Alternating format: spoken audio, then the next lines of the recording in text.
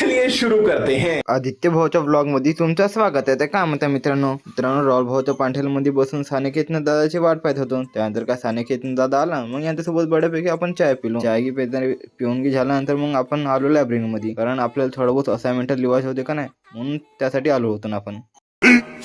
15 minutes later. का आपल्याला म्हणजे दर 2-3 मिनिटं खाली येऊशा वाटते का नाही, म्हणून आपण खाली आलो. खाली आल्यानंतर यांचा गेम खेळणं काय सुटच नाही. आणि पहा आपल्या म्हणजे कॉलेजमध्ये पहा कसा म्हणजे पाण्याचा फवारा नाही का, दुसरा काहीच नको समजा बे. मग फटाफट आलो डेपो मधून जाता वेळी म्हणजे गावी जाता वेळी पहा इकडे आगच लागली बहुत जोरानं.